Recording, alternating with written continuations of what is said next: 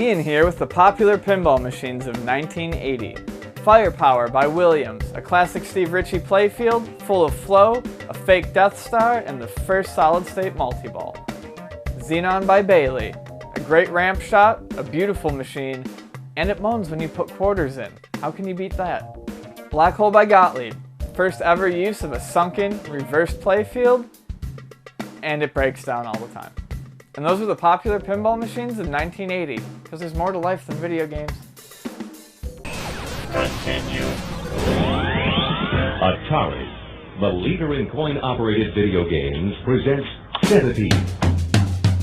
Centipede from Atari is a brilliant game in every possible way. For starters, it's a great-looking arcade machine. It's got a wonderful control scheme with the trackball and the fire button. It's a lot of fun, it's intense, and it never gets old. It's got that perfect arcade-style risk versus reward scoring system. What I always thought was interesting about Centipede was that how smoothly it would keep transitioning. It would almost never let up. You'd have the short, screen in between when you beat the level, then all of a sudden it restarts, just the color's different. You keep going and going. Instead of like a whole fleet of ships or something that was coming at you, it was a centipede, a long centipede insect.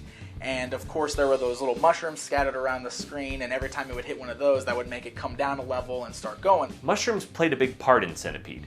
If you shot away sections of the centipede, they'd turn into mushrooms that you could then blast out of the way. And if a scorpion poisoned a mushroom and a centipede ran into it, it would change their behavior. Far out, man. The game was designed by Ed Long and Donna Bailey. Now, Donna Bailey, of course, was one of the very few female video game designers at this time, so that was something kind of special for this. And just like Pac-Man before it, Centipede had this cool thing going on where it was appealing to both genders. You, once again, in 1980, start to see the broadening of the appeal of video games. It's not just teenage boys in darkly lit rooms anymore. These are things that everyone has some sort of interest in. In fact, females were very prominently playing Centipede. I don't know what it was about this game, but the ladies loved it. Bailey used a lot of pastel colors in Centipede. Lime green, pink, orange, and a lot of women played Centipede. They were very attracted to the game. And some people think the use of pastel colors is the reason why. So what exactly is the story for Centipede? I have no clue. You're this little thing shooting these centipedes that are aliens. What are they exactly? That's kind of what the cabinet art looked like. The centipedes looked like these grotesque space mutant things. Centipedes are freaking gross anyway. Yeah. The cover art for the Atari 5200 version and later versions of Centipede show a young boy who looks like he's in the woods with some sort of wand. From what I understand, you were supposed to be a little elf shooting magic out of a wand to protect your garden from centipedes. Come on, we'll share your tomatoes and your celery. What the hell? He's like Willow. Yeah. Sort of. Not really. It's just a wonderful game. I'm gonna go play Centipede right now. Centipede, you can't run away. You can't run away.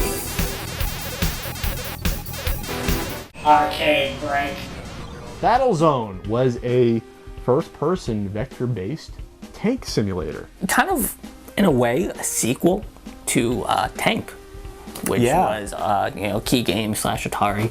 Essentially one of the, if not the first, kind of 3D looking games. Much like Space Invaders, it uses colored gels to color the vector graphics. There was different versions of this cabinet. The primary version had like almost a periscope type controls. You're looking in this scope and you're just in this tank and you have to move around and fight another tank. With the Battlezone arcade game, my least favorite part, while it was the coolest part, was the periscope mask thing. Right. But it's also a place where you get to press your face into a disgusting zone where other pimply faced disgusting humans are pressed their faces. Yeah, and there was definitely some pus on those things. You need to come up with some cleaning wipes.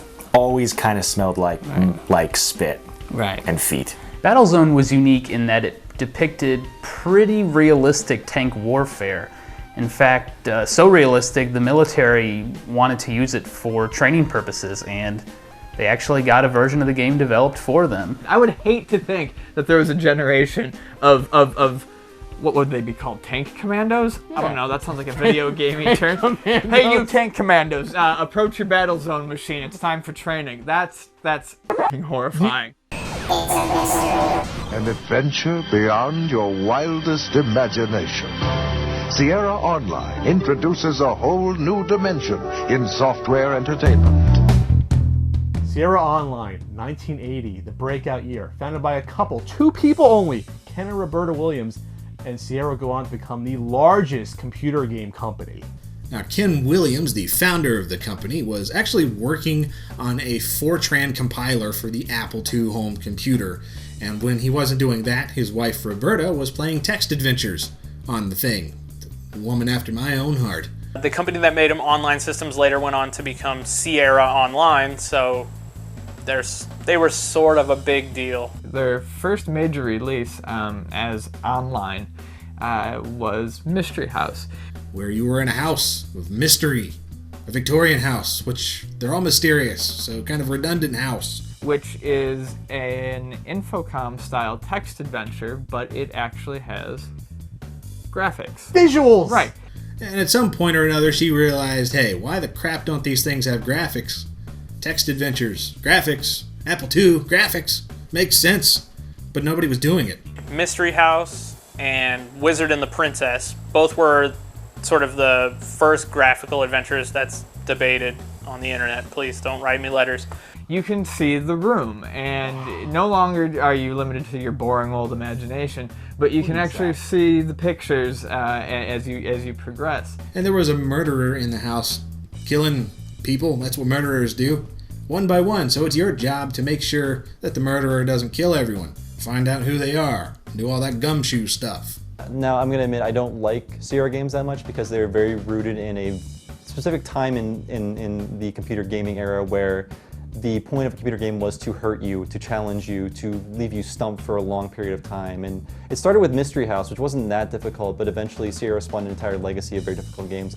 To me, the greatest thing about Sierra is that Mystery House was very influential, according to the creators of Dragon Quest, in creating Dragon Quest. And then they went on to do The Wizard and the Princess, which added color, and they very quickly realized that graphics would be a selling point to a large chunk of their audience.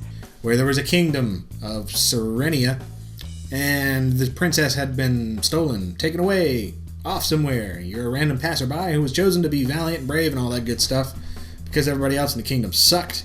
Adults at the time were probably more likely willing to do something like Infocom, right? Read user adventure like a book. But to kids, to anyone younger who is getting into computers, the wow factor of the graphics combined with the ease of like navigating something you can actually see quickly put them on the map. It was actually the precursor to the King's Quest games, which really got Sierra popular. This is what Sierra gave to the gaming world. This cannot be overlooked. Adventure games, graphic adventure games, and these would, dominate the computer gaming market for the next 15 years. Space Quest, King's Quest, Police Quest. I'm not even gonna imagine a world without this game. It's sad.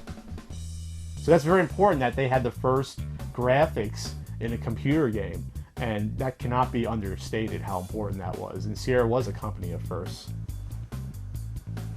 Good guy, Sierra. Arcade rank. Berserk. Berserk was legit, okay? Like, I remember playing this game and it was crazy hard. You walk around, you shoot robots, and you progress to the next room. Arm goes like that. Yeah. Enemy robots could kill each other by shooting each other, running into each other, or just running into walls. Dumb AI, but it was really funny and actually really helpful to the player. I liked how you had some sort of decision to go and, you can go right into a room or down, so it wasn't totally linear.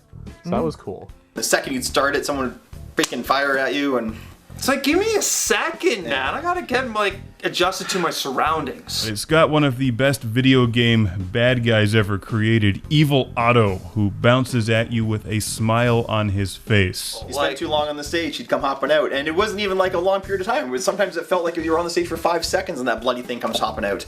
I also really loved the voices in the game, like the Destroy the humanoid. Intruder alert, and humanoid must not escape have been sampled in so many electronic music songs that I can never forget Berserk. Charge, intruder, attack, kill, humanoid. Intruder alert, intruder must not escape.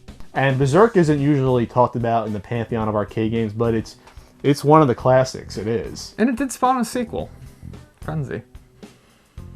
Okay, we might talk about that a couple of years down the line. That's why I'm not saying anything else about it. We probably won't, but it's probably not important enough to. But we'll see. It still has Evil Otto. Okay.